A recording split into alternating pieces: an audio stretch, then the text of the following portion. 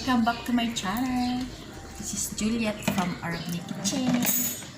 For today's video, I want to make red velvet pancakes. So these are all my ingredients. I have this baking powder, 1 cup of flour. I have rainbow milk, cocoa powder, water, egg, food color, and sugar. So let's start. We have to, but before anything else guys, please subscribe on my channel. Click the bell button para palagi ko tayong updated sa ating mga bagong post na video. So guys, first we have to put the water. I put 1 cup of water. Then I add food coloring.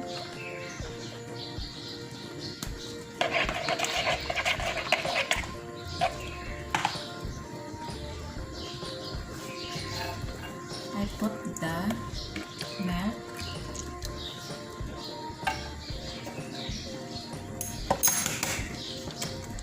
Egg. And sugar. I put 1 tablespoon sugar. Then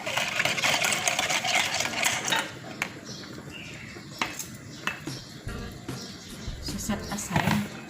So we have to put 1 teaspoon of baking powder in our flour and 1 tablespoon of cocoa powder.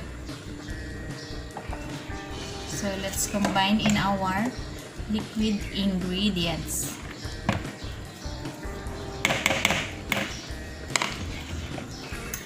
Slowly.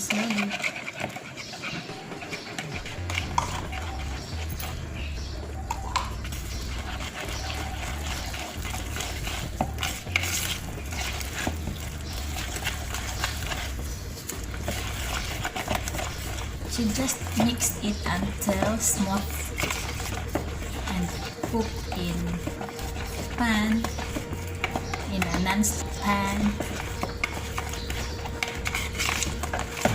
Now guys, let's start to cook now. I put butter in the pan, skillet. Then we have to add 1 like this in our skillet.